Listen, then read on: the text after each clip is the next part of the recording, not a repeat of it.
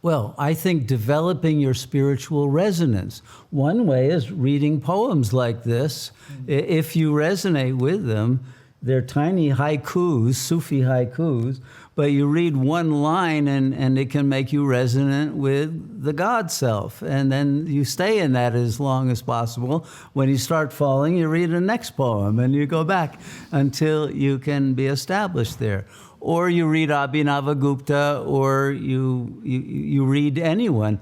I find very helpful are the current commentators on Abhinavagupta, like Arindam Chakrabarti and Stanishwar Timalsana. You may know these two. I think I've shown videos from both of them. And there are many others. There are sages and scholars, academics, who have gone deeply enough that they are actually in resonance. There are, like William Chittick and others are in resonance with Ibn Arabi, the great Sufi sage, and will come to the same resonance from a different pathway.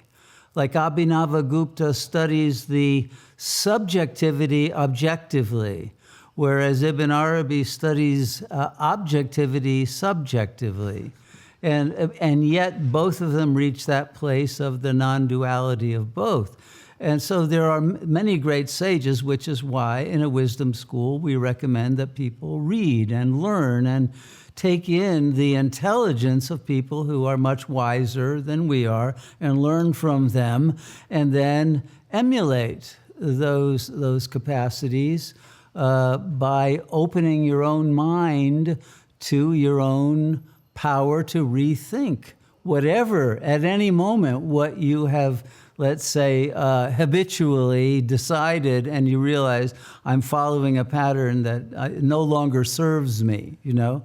Maybe I don't really want to eat this pizza tonight. 10 years ago, that would have been good. Maybe I won't digest it so well tonight, or something else, right?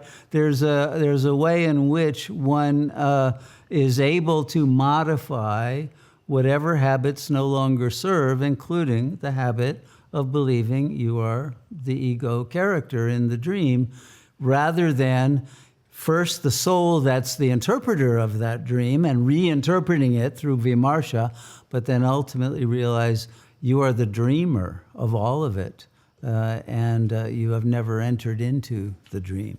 And yet the dream is your own creation, your own reflection in the mirror of the light of consciousness that you have emanated. And the more that you enter into that wavelength, the more you will find yourself already a jivan mukta. Okay? Thank you. Thank you. The real problem with the ego today is this.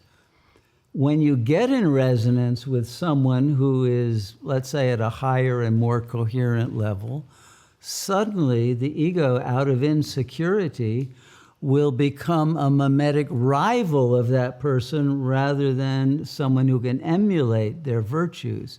And the rivalry will turn to envy and aggressivity and a sense of resistance to the very vibrational frequency that one was attracted to, and one will try to appropriate it, but it can't be appropriated at the ego level, only by releasing yourself from that level.